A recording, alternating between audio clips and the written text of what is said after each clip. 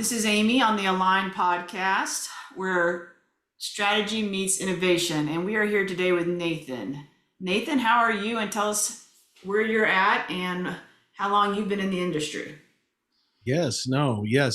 I'm doing great. I'm actually in the Ozarks in Missouri today, Oh, nice. out of my home office here, which is a great place to be. Absolutely. But yeah, I've been in the industry since 2008, focused on roofing, grew up in construction, got away from that for a little bit, and then came back later in life, and then have been focused on roofing ever since 2008. Nice. Nice. So, what exactly? You told me a little bit. You were in the industry previously. You were working for a firm out of, was it New Jersey? Is that right? No, actually, I worked out of both companies that I had worked with previous. I'd worked with Apple Roofing, which is a national company, Okay. but their main office was based out of Kansas City. And Okay. then I left, yeah, and then I left them and worked with another company called Midwest Roofing, which was based down at the Lake of the Ozarks. Okay. Okay. It was, yeah, I knew it was Midwest. For some reason, I was thinking it was New Jersey. So, Correct. and you moved into your own now, and you've got your own business. Is that correct?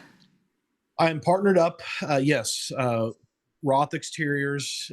I joined a gentleman out of New York City that That's what it owns a was. company Okay. called, yes, so that's Roth Roofing out of New York. And so we have now started a Midwest branch and Oh, call it Roth Exteriors. And okay. we started that in April, and it has just been exploding. Just Really? just because of the That's industry, and fantastic. then of course my knowledge. Yes, it has really Nice. helped to grow the business. So, what specifically do you do with Roth Exterior? So, is it more than roofing? Right now we are primarily focused on roofing, although we chose the name Roth Exteriors because we can also do anything to do with the exterior of your building, whether it's siding, whether it's stucco, or awnings, signs, anything to Nice. do with a commercial building exterior of it. Right. One stop shop. That makes it Correct. nice. Yes, So it does. basically, what are some of your like personal achievements and different things, and how long exactly have you been in this industry? I'm judging from your from just what you've told me already how experienced you probably are. Mhm. Yep. No, like I said, when I started doing roofing in 2008, Okay. um, I started doing a lot of residential in 2008, and I read a book about 2011 that's called "Narrow Your Focus." Actually, it's called Actually, let me rephrase it. It's called Seven Principles of Effective Christian Ministry. And you would think, how does a book like that help you in business? And Right. one of the topics on there was narrow your focus, and the second one was be replaceable. And so I started realizing at that point I needed to just really fine tune who I was in the industry. And so in 2012, I had another business partner at that time, and I said, "We're only going to do commercial roofing. That's it. Let's just Yeah. focus that." And in less than 6 months, I made more in that 6 months than I did in the last 3 years combined, because I was Wow. able to narrow my focus. But then the second part is be replaceable. Try to find people that I can teach to do exactly what I do, to where I'm not doing the grind every day, number one. But also, if I'm willing to be replaceable, then I don't have this fear of being taken over. I want people to do what I do and do it better than I do, Right. because I make what I call work grandkids, and I enjoy that. Well, that also helps you have a less stressful life as well, if I had to guess. Yes, yes, it does very much. So you're in the Missouri market then. Do y'all branch out statewide or do you Yes. do okay. So we are kind of currently we focus on Kansas, Missouri, Arkansas, Nebraska, Colorado, some in Texas, and some in Oklahoma. Okay, wow. So you branch out quite a bit. Um, Correct. what do you see in the industry that is really the biggest like things going on right now inside the industry that you find number one, unique and where it's headed, and then number two, your biggest problems, like the biggest impacts that you got to deal with on a day-to-day basis. Yeah. Well, the thing that I'm seeing that's changing the industry, of course, and everybody's saying it, is AI. Right. Utilizing the tools of AI to be more Right. efficient from day to day. I mean, things that I couldn't do 5 years ago, I feel like, wow, I feel like a rock star all of a sudden. Yeah, the AI portion of things really seems to be transforming the way you do business. Even just a couple of years ago, some of the tools that are available to help me in marketing, doing some of the day to day operations, Right. has really made my life a whole lot easier from that standpoint. Yeah, Um, and it's really growing. That's what my company does on the backside. We do the back end work of AI. I have a huge team that does amazing things, but we are having to update on a daily basis because it is yeah, literally growing that fast. It's crazy. It is yeah. really insane what it does. Well, it's helped with marketing. So I trained a guy last year. The gentleman never had been in roofing sales at Mhm. all. And I actually helped create a program when I was with Midwest where I could take guys from zero experience to being a commercial sales rep. Mhm. Uh, but it takes time and patience. And I kept telling the guys, I said, be patient. But I said, utilize the tools that are in front of you. And as a quick example, I had one gentleman, I said, hey, I want you to find out who are some of the networking groups around you. Uh-huh. Well, I gave him about 5 days, came back, and he still didn't really have a good grasp on it. And I said, are you kidding me? So I opened up a simple chat GPT and Right. I asked it, I said, hey, who's a networking group close to where I am? And boom, it gave me six of them. And I said, okay, what's their phone numbers? And it gave me everything. And in less than literally 60 seconds, I Yeah. looked at my guy and I said, use the tools that are in front of you. You'll be more powerful than anybody else in the Right. room. Absolutely. Um, and so those are the things that I'm seeing as helpful tools. Yeah. Biggest So challenges. you utilize it mainly for like your lead production, is that correct?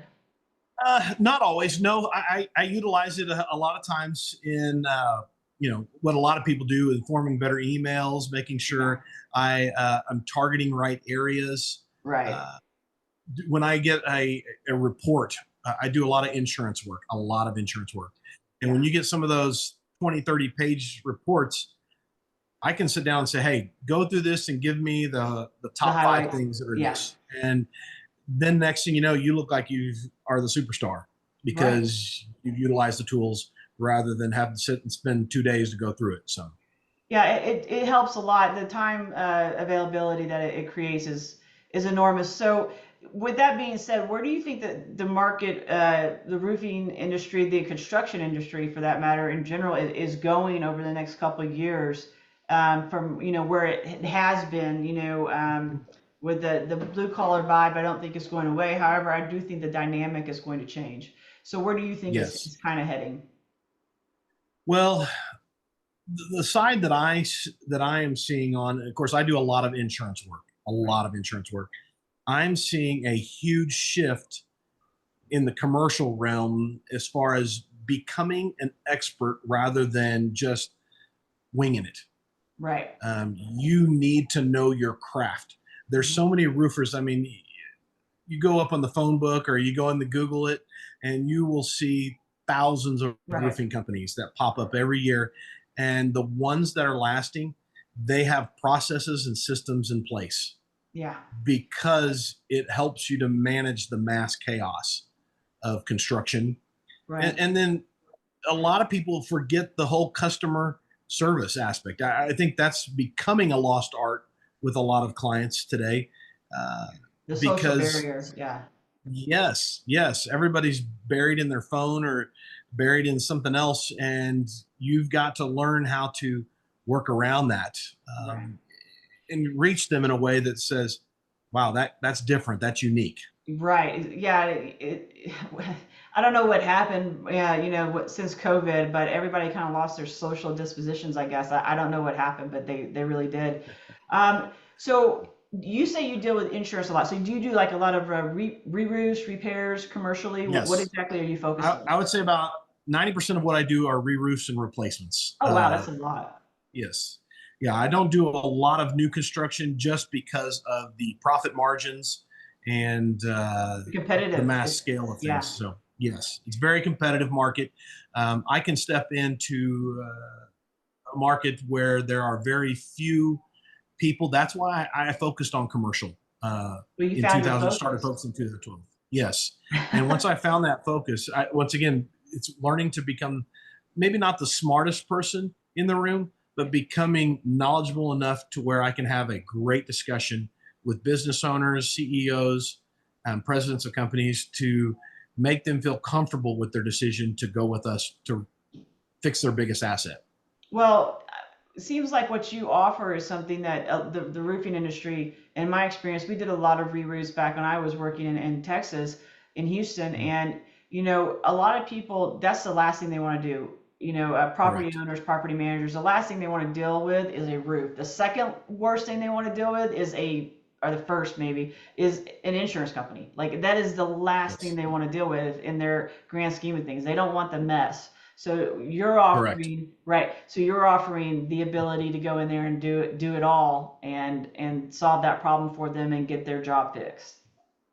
Correct. And part of what helped me when I was narrowing my focus in 2012, I became a insurance adjuster, independent insurance adjuster. Nice. Okay. So I could understand what the insurance company is trying to do to clients. You always hear the insurance is trying to take advantage of me, insurance is trying to take advantage of me. And 9 times out of 10, that's not the case. It's because you have an adjuster who isn't knowledgeable enough on the process You bring a to real point give a up. good report back to the insurance company. And so when I was honing my craft, I said, I'm Mhm. going to learn that side of it. So once again, I can be one of the most dangerous person in the room when it comes to negotiating with the That insurance company. subject, right? And that's, and that's probably what is why one of the reasons why you were so successful, right? Is that you were able to Yes, hone in on those things and you're able to take the conversation to a level that either somebody doesn't want to go or someone that impresses them where they go to you for these problems, right? So that correct, definitely gives correct. you the upper hand. So when you do the re-roofs, are you just the middle guy? Do you have an actual crew and everything that goes out there? So we do both ways. So yes, Okay. we do have our own crew, and then sometimes yes, we do have to subcontract it based off of the size and location. So like Okay. right now, I'm working on some potential projects in Houston, Texas. I will use a sub crew in Houston, Texas, because I'm up in Missouri, and so it Right. just makes sense from a logistics standpoint to do that and to utilize contacts that I have down in that area. Yeah, because wow, yeah, because I know so many contractors in Houston that would love to get with you because during the slow Absolutely. times, those re-roofs are powerful tools to have in your pocket when the GCs are not doing the new construction. Like that's Correct. a really big tool to have. Yeah, I find that quite remarkable that you've kind of dove into that specific thing. That's really unique that you picked up on it. Number one, then number two, you really found that lane. That's pretty Yes. phenomenal. Um, There's several so companies that have done it.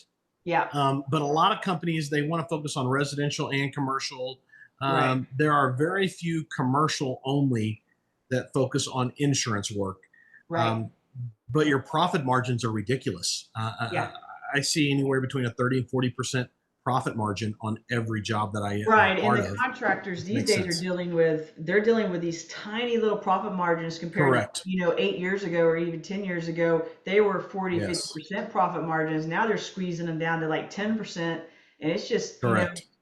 it's insane. And that, you have so much competition, it just keeps squeezing those profit margins down. So like I Yeah. said, you picked a really good niche there to dive into. You really did. That was really Thank you. smart.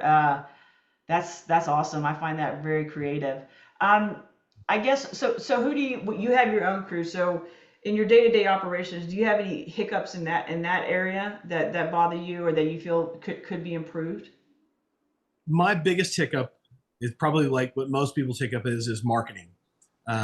Knowing how to get in front of the right client at the right time. The right timing and In the yeah. residential market, guys go door knocking and they Yeah, it's create. crazy.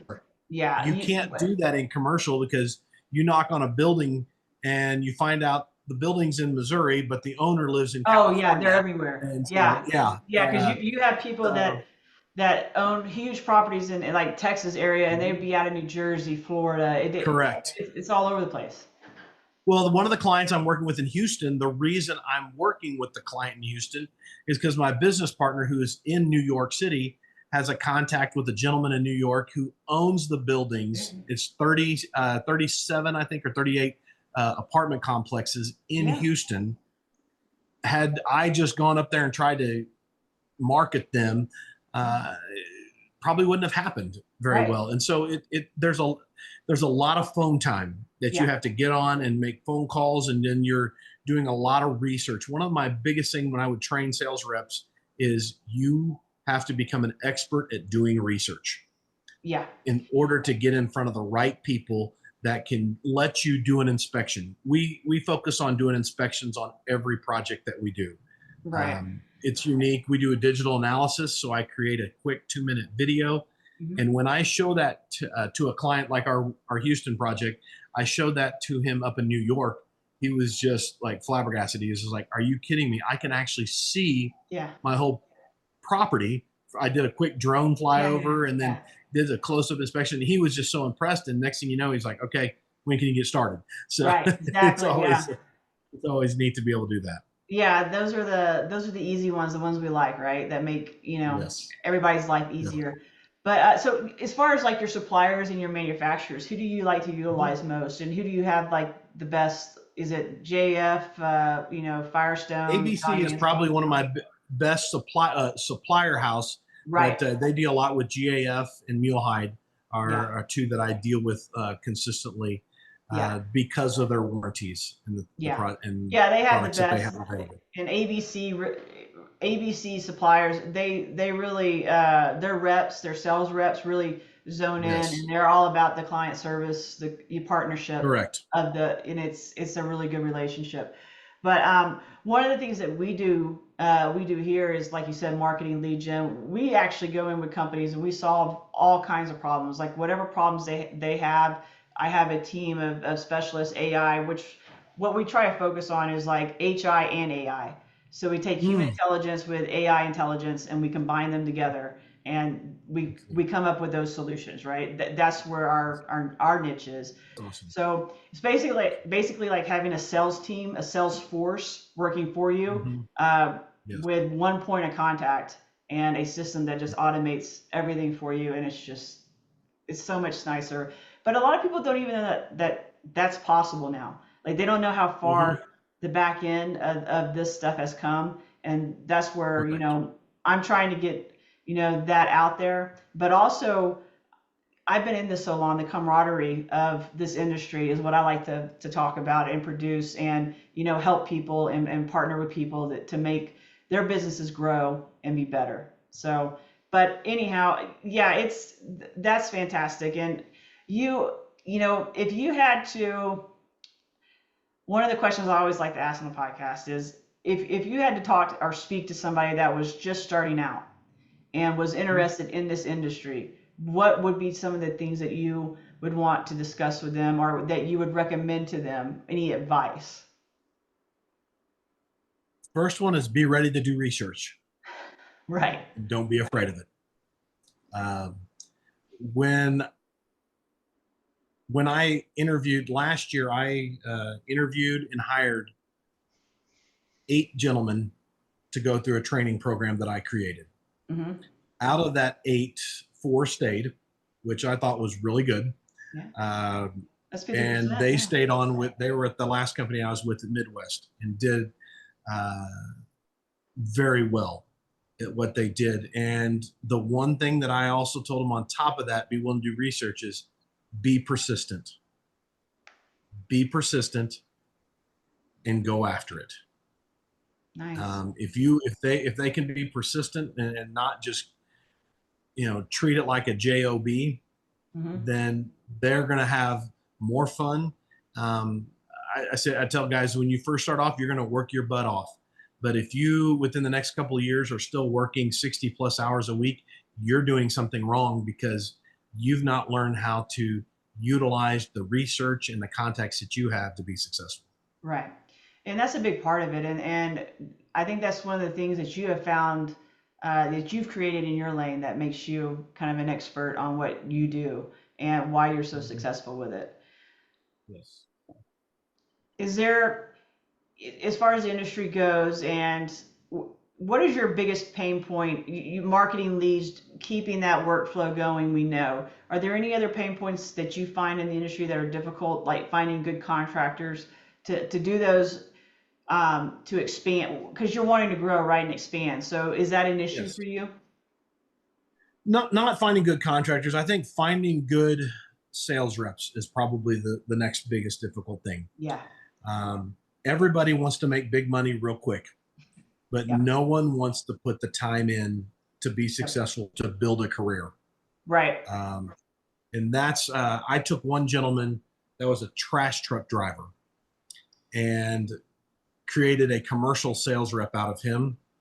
And in my first year with Midwest, he became the number one sales rep. Um, I'm looking to bring him on with me over here on the new Nice. side because I said but being able to tell a guy I went from trash truck driver to commercial sales rep, Right. that's quite a testimony. That's Uh, impressive to him and for you. I mean, that's Correct. that's great. That's Yeah, quite a accomplishment. And you see, so you seem like the type of person who sees the best in people. So that's I do. I try to see the best in people, but I also tell people I don't go off of I go off of experience. yeah, Um, if you see someone, like for instance, I've looked at people's resume and I see uh, they've been working for 5, 6, 7 years and they've had 30 jobs. yeah. And and every job is they got rid of me because their fault or their fault. And that kind of just shows That a doesn't pattern. I work. said, no, it doesn't. It doesn't. And so I've learned that I don't want to be the person to, I want to give guys a chance, but I'm not going to be the person to look at someone saying, well, maybe they'll be different with me. Yeah, No, I want to look for a proven integrity. right. When Well, I see the integrity, then I know I can work with somebody.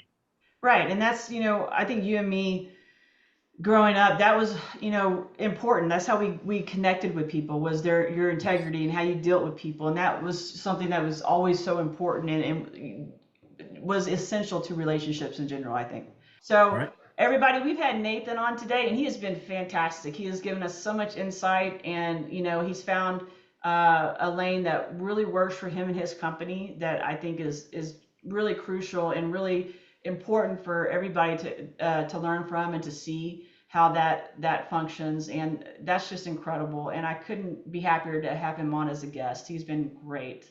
And Thank you very thank you much. so much, Nathan. I mean, I'm truly, some of your stuff has just blown me away, and I think it's fantastic.